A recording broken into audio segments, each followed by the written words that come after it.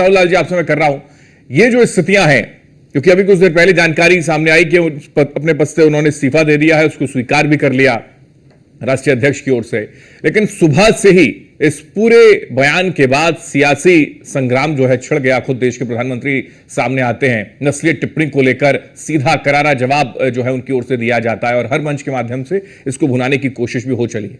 किस तरीके से देखें, क्या ये इस तरीके के बयान चुनावों के वक्त में कांग्रेस के नेताओं की ओर से जो दिए जाते हैं वो खुद ही को डेंट करने के लिए, खुद ही को डैमेज करने के लिए, क्यों? हेमंत जी देखिए, बीजेपी के लोग तमाम आरोप प्रत्यारोप लगा रहे हैं, लेकिन वास्तविक स्थिति यह है कि हमें लग रहा है कि चुनाव के समय में अपनी महत्वपूर्ण ऊर्जा और कहीं किसी और मामले को उठाने में लगाना चाहिए था। ग्राउंड पे जाइए हेमंत जी, सैम पित्रोदा को कितने लोग जान रहे हैं? सैम पित्रोदा के नाम से भी कितने लोग परिचित हैं? मैं पहले तो मैं इसके ऊपर मतलब बीजेपी के नीति निर्माताओं के ऊपर सवाल खड़े होता है कि उनकी चुनावी रणनीति बेहद ही कमजोर किस्म की रणनीति है उनकी, नंबर 1।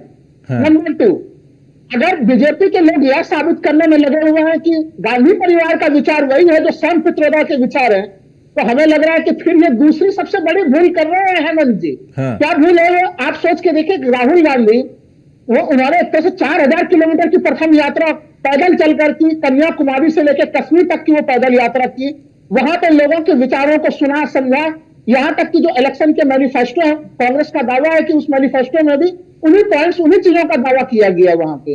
अब तो ऐसा स्थिति में कांग्रेस आज के समय में जो है कि सैम पित्रोदा से प्रभावित होकर निर्णय ले रही है, तो इस बात को भी मैं मानने के लिए तैयार नहीं हूं। और जो एक विरासत टैक्स को जोड़ा गया कि भाई अमीरों की चीजों को लेके क्या उसका बंटवारा करने का प्रयास होगा, हेमंत जी वो अमीरों से लेकर बंटवारा करने का प्रयास नहीं है वो। तो फिर ये इस्तीफा राहुल लाल जी क्यों सवाल खड़ा करता है? तो फिर ये इस्तीफा क्यों? नहीं, मैं कह रहा हूं हेमंत जी, एक लाइन खाली मैं पूरा कर दूं, फिर मैं आपके सवाल पे भी आ रहा हूं। देखिए, संक्षेप में मैं यही चीज कह रहा हूं। सवाल किसके ऊपर खड़े होते हैं कि आप कारपोरेट टैक्स को घटा देते हैं। इस सरकार ने कारपोरेट टैक्स जो 30% पे बना हुआ था, कुछ मामलों में वो 22% हुआ, कुछ मामलों में 15% तक उसे कारपोरेट टैक्स को घटा के कर दिया गया। हम आप सामान्य जनता के ऊपर जो टैक्स लगता है, दूध दही के ऊपर, खुले हुए आटा दाल चावल के ऊपर जो कभी स्वतंत्र भारत में टैक्स नहीं लगता था, जीएसटी के टैक्स वहां पे लग रहा है। भारत में किताब कॉपी पे लगने वाला टैक्स पूरे दुनिया में सबसे ज्यादा टैक्स है ये। आम लोगों के ऊपर टैक्स का दबाव और बड़े पूंजीपतियों को टैक्स में छूट, यह मामला है आपके इक्वालिटी को लेकर। कांग्रेस उसके ऊपर हमला कर रही है। इस्तीफा क्यों कर? भाई एक चीज बता दीजिए, अगर उनके बयान में देखिए देश में विविधता वाला देश है, उसका लोग स्वीकार करते हैं कि भारत बचपन से हम लोग पढ़ रहे हैं कि विविधता में एकता वाला देश है, लेकिन विविधता के लिए जिन उपमाओं का उन्होंने प्रयोग किया वो उपयुक्त नहीं थे। और इसी कारण से देखिए, हम लोग भी जानते हैं राजनीति में कि वो कोई, उन्होंने आपको क्या लगा अपने मर्जी से इस्तीफा दिया, ये जरूर वो कांग्रेस पार्टी दिखाने का प्रयास करेगी, लेकिन जब ये पूरे दबाव की स्थिति बनी है तो उन्हें इस्तीफा देना पड़ेगी है। तो आपको ये आलोचना भी नहीं कर सकता कि वो अपने पद पे कैसे बने हुए हैं। वो अपने पद पे भी नहीं बने हुए हैं। प्रधानमंत्री को तो अपना रिपोर्ट कार्ड प्रस्तुत करना चाहिए कि पिछले 10 वर्षों में उन्होंने क्या किया। कांग्रेस तो विपक्ष की पार्टी है। आपके 100 स्मार्ट सिटी कहां गिरा प्रधानमंत्री, वो तो बताएं कि कहां किसानों की आय कहां डबल हुई, जरा वो तो बताइए। वो सब चीजों से ध्यान हटा के इस मामले पे कर रहे हैं। इससे प्रधानमंत्री राहुल लाल जी, कम से कम आप इसको ऐसे एक्सेप्ट तो करें कि कम से कम कुछ डेंट है, कुछ डैमेज तो है। यही वजह है कि इस्तीफा उन्होंने दिया और उसके बाद खुद पार्टी के बड़े लीडर सामने आकर कहते हैं कि उन्होंने इस्तीफा दे दिया। मैं आपको बोल दूं, देखिए कांग्रेस पार्टी क्या सोचती है, लेकिन एज ए पॉलिटिकल एक्सपर्ट मैं मानता हूं। आप अपने भी किसी रिपोर्टर्स को फील्ड में भेज दीजिए हेमंत जी, और सर्वे कर लीजिए दिल्ली जैसे जगह में, सामान्य जगह पे, कि कितने लोग परिचित है उनके नाम से। उनके नाम से आज ही जो दिन भर मीडिया में चर्चा चली है, उसी में सुनकर कुछ लोग आपको बोलेंगे नहीं तो उस नाम से लोग नहीं। लेकिन इसको एक मंच के माध्यम से देश के प्रधानमंत्री की ओर से कहा जाए कि शहजादे के एक अंकल हैं, अमेरिका में रहते हैं, तो ये एक जो मैसेज उनका कन्वे करने का जो प्रयास होता है वो वोट में तब्दील होता वो नजर नहीं आएगा। ऐसी स्थिति नहीं लगती जो इमोशनल कार्ड जो बार बार वो खेलते हैं। यानी कि ठीक है, सैम पित्रोदा ने जो कहा, लेकिन उसको भुनाने का प्रयास तो बीजेपी करेगी, उसमें वोट में कुछ ना कुछ इसको नहीं देखते हैं आप। सैम को कोई नहीं जानता, ये बात आप जो कह रहे हैं कि सैम पित्रोदा को कोई नहीं जानता, लेकिन शहजादे के अंकल को अगर समझाया जाएगा तो समझा जाएगा ग्राउंड लेवल पर भी। गांधी परिवार का कुंडली लेके देश भर के बच्चा बैठे हुए हैं कि कौन राहुल गांधी के बहन है, कौन उनके चाचा हैं। ये एक ऐसा परिवार है इस देश में कि उसकी परिवार की कुंडली के बारे में हर किसी को ज्ञान है, और जब उस कुंडली को लोग खोदेंगे तो उसमें किसी को भी नहीं दिखेगा कि सैम पित्रोदा कहां पे है उसमें। इसलिए मुझे नहीं लग रहा उल्टा। देखिए, प्रधानमंत्री का जो बयान आज प्रधानमंत्री ने अडानी अंबानी को लेकर जो बयान दिया है, वो बयान जरूर मैं मानता हूं कि वो वहां पे अलग से स्पेशल बयान प्रधानमंत्री का है, वो ध्यान देने वाली बयान है। ओके, ठीक है, मैं लौट रहा हूं। रोहित जी हमारे साथ हैं। रोहित जी, अब क्योंकि जाहिर सी बात है, कुछ देर पहले ही उन्होंने इस्तीफा भी दे दिया, कांग्रेस पार्टी सामने आई, उन्होंने कह भी दिया कि भाई अपना इस्तीफा उनका स्वीकार भी कर लिया है, यानी कि गलती की उन्होंने, जो कहा वो नहीं कहना चाहिए था, ये मान रहे हैं, और शुरुआत से ही वो कह रहे हैं कि हम तो किनारा ही कर रहे हैं। तो फिर क्या केवल बेवजह मुद्दा बनाया जा रहा है, ये माने बीजेपी के नेताओं की ओर से? हेमंत जी, मुझे एक बात बताइए, यदि इस बयान से कांग्रेस का कोई लेना देना नहीं है, हाँ। इस्तीफे की बात कहां से आ गई? क्यों उनके बड़े नेता आज मंच पर आकर के कह रहे हैं कि अब वो पद पर नहीं है? जैसे इतनी देर से हमारे जो पॉलिटिकल एक्सपर्ट के रूप में आपने बैठाया हुआ है राहुल जी को, जो इतनी देर से वो इस बात को बताने की कोशिश कर रहे हैं कि कांग्रेस का इससे कोई लेना देना नहीं है, तो क्या जयराम नरेश का भी कोई लेना देना नहीं है कांग्रेस से? और यदि है तो क्यों आकर के उन्होंने इस बयान के बारे में कहा कि अच्छा नहीं है, अशोभनीय है, स्वीकार्य नहीं है? यानी कहीं ना कहीं वो उस पद पर हैं और स्वीकार्य थे कांग्रेस को, तभी सब लोग आकर के डिफेंड कर रहे हैं ना। और इस बयान के बाद इस्तीफा आया, इसका क्या मतलब है? आप देश को, देशवासियों को गालियां दे, नस्लभेदी टिप्पणी करें और उसके बाद कह रहे मैंने तो इस्तीफा दे दिया। क्या हाँ। इस भर से आपका सारी चीजें किनारे हो जाती हैं? प्रियंका गांधी तक करके आके कहना पड़ा कि नहीं नहीं, इस तरह के बयान पर जो है उन लोगों को बल्लेबाजी करने को मिल रहा है। क्यों कहना पड़ा? यदि सैम पित्रोदा से कोई लेना देना कांग्रेस का नहीं था, तो कांग्रेस जो है डिफेंसिव मोड पे क्यों खड़ी हुई है? क्यों सब लोग आकर के कह रहे हैं कि नहीं, मेरा सैम से कोई लेना देना नहीं, उन्होंने इस्तीफा दे दिया, उनके बयान से कोई लेना देना नहीं? देखिए, ये कांग्रेस की मानसिकता को दर्शाता है। कांग्रेस ने हमेशा, वो यही कह रहे हैं कि भाई हम इससे सहमत नहीं, हम किनारा करते हैं, आप सिर्फ और सिर्फ मुद्दा इसको भुनाने का प्रयास बीजेपी कर रही है, वो यही तो कह रहे हैं। शुरुआत में जयराम रमेश ने भी यही बात कही। उठी नहीं होती तो मुद्दा कहां से होता? बात उठी है ना। प्रधानमंत्री उठा रहे हैं, मैंने सुना है, सुना है, अभी सुनने की बारी आपकी है, बाद में काउंटर करिएगा, आपको जवाब दूंगा, जवाब देने के लिए राहुल जी मैं लौटूंगा, एक बार कमेंट सबसे ले लूं, फिर वापस आऊंगा मैं। देखिए, सैम केवल एक कांग्रेस का कोई व्यक्ति नहीं है कि कांग्रेस से जुड़ा व्यक्ति जिसको कांग्रेस ने बहुत आला दर्जे के पदों पर अपने शासनकाल में बैठाए रखा। हाँ। सैम को बाकायदा राहुल गांधी के राजनीतिक गुरु के रूप में माना जाता है। तो जो गुरु की मानसिकता है वो ही चेले की मानसिकता होगी ना, वही कांग्रेस की मानसिकता होगी ना।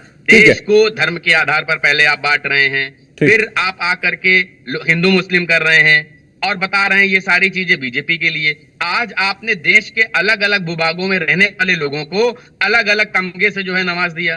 कि आप मुझे एक बात बताइए, आपने अगर हेमंत जी देखा होगा तो मैं अधिकतर धोती और कुर्ता पहन करके रहता हूं, तो क्या आप ये डिसाइड करेंगे कि नहीं, मैंने ये परिधान जो पहना हुआ भारत के किस भूभाग का है? ठीक है सर, ये भारत का है। आपको बिल्कुल हक नहीं बनता है मुझे कहने का मैं अफ्रीकी हूं। आपको बिल्कुल हक नहीं बनता है ये कहने का मैं अंग्रेज हूं। ये आपकी मानसिकता दर्शाता है, दोम दर्जे की मानसिकता है। और मैं आपको कह रहा हूं, इससे किनारा करने के बजाय आपको माफी मांगनी चाहिए। ठीक है, अनुज यात्रा जी, बयान यदि आया तो हम माफी मांगते हैं। देश अनुज यात्रा जी, खंड में नहीं बांट सकते। किनारा कर लिया, इस्तीफा भी उन्होंने दे दिया, स्वीकार भी कर लिया, और रोहित जी कह रहे हैं कि भाई माफी मांगनी चाहिए। रंगभेद की टिप्पणी आप करते हैं, देश को बांटने, क्षेत्रवाद फैलाने, धर्म को बांटने की कोशिश करते हैं, और कई मर्तबा तो उनके ऐसे बयान हैं जो कहीं ना कहीं विवादों में रहे हैं। अनुज जी, देखिए, ये विवाद उत्पन्न करना किसकी आदत है और विवादों को कैश करने का काम भारतीय जनता पार्टी आखिर क्यों करना चाहती है? अगर किसी व्यक्ति ने कोई बयान दिया है तो उसका अर्थ ये नहीं है कि वो कांग्रेस पार्टी का अधिकृत बयान है। तमाम भारतीय जनता पार्टी के नेता अनर्गल बयानबाजी करते रहते हैं, मंत्री पद पे रहते हुए अनर्गल बयानबाजी करते रहते हैं, इनके संगठन के पदाधिकारी बयानबाजी करते रहते हैं, और भारतीय जनता पार्टी अपना किनारा कर लेती है कि हमारा पार्टी की विचारधारा नहीं, हमने तो कभी उस पर प्रश्न नहीं उठाया। लेकिन भारतीय जनता पार्टी, क्योंकि 10 वर्षों की सरकार का जनता के सामने जवाब देने से उनके पास हिम्मत नहीं है, तो इस तरह के बयानों के सहारे वो कहीं ना कहीं अपने चुनाव में जो है जनता के सामने जाना चाहते हैं। बेहतर होता आज चुनाव की सभा में जनता के सामने बताते कि जो 10 साल पहले हमने 2014 में जनता से अच्छे दिन लाने का वायदा किया था, आज 10 साल के बाद हमने देखिए अच्छे दिन लेकर के आ गए।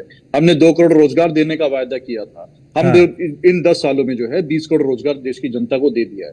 लेकिन हकीकत क्या है, जब ये रोजगार की बात नहीं करते, इसलिए नहीं करते क्योंकि रोजगार की बात करते ही इनसे सवाल पूछा जाता है। एनएसएसओ की रिपोर्ट इन्हीं की सरकार की आती है कि देश में 45 रोजगार की बात करें उससे पहले जब इस तरीके के बयान निकलकर सामने आया है और उसको फिर ये भुनाने का प्रयास करें या फिर इस पर सवाल उठाने का प्रयास करें, तो फिर गलती किसकी? क्या ये कांग्रेस पार्टी की नहीं? क्योंकि ये तो कह रहे हैं कि भाई ये स्थिति है, जो सलाह दे रहा है, गुरु सलाह दे रहा है चेले को, चेले की क्या स्थिति रहेगी, वो क्या सोचेंगे, वो विचार क्या रखेगी पार्टी, वो तो ये कह रहे हैं। स्मृति ईरानी ये कह रही है अभी।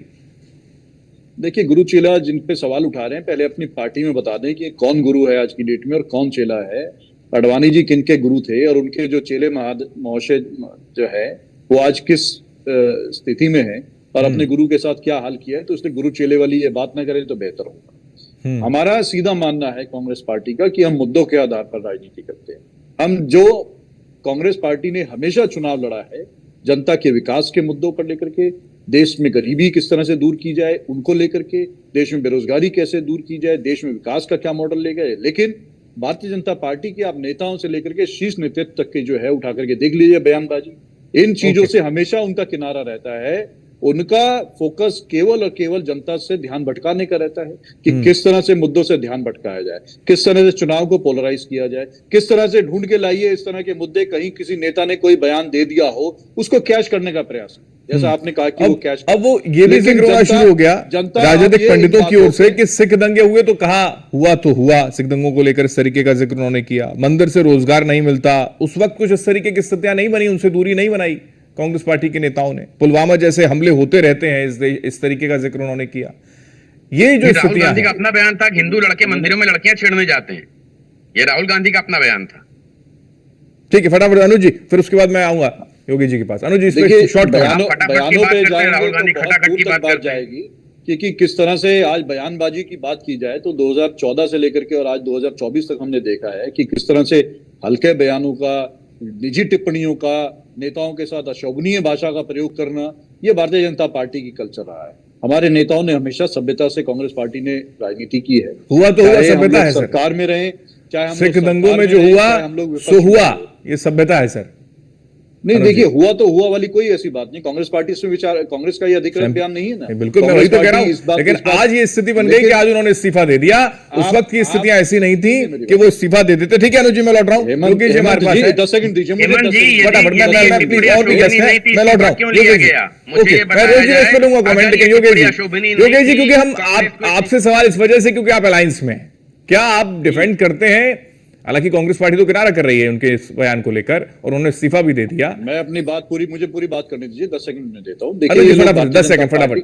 हाँ, भारतीय जनता पार्टी और उनके चरण चुंबक लोग जितनी मर्जी मुद्दों से भटकाने का प्रयास करें, लेकिन अब ये चुनाव अपने जो है निर्णायक चरम पर आ गए। ओके, ठीक है। आधी से ज्यादा सीटों की लड़ाई लड़ चुके हैं और आधी सीटों की बची है। तो भारतीय जनता पार्टी ये संभावित हार से बौखलाई हुई है। इस तरह के बयानों के आड़ में वो खड़े होकर जनता के सामने इस तरह के बयान, लेकिन मौका कांग्रेस पार्टी के बड़े बड़े बुद्धिजीवी दे रहे हैं ना, ये भी तो स्थिति है ना अनुज जी। और अगर ये बुद्धिजीवी दे रहे हैं तो फिर इसको बुलाने का प्रयास होगा तो वोटों में बुद्धिजीवियों ने।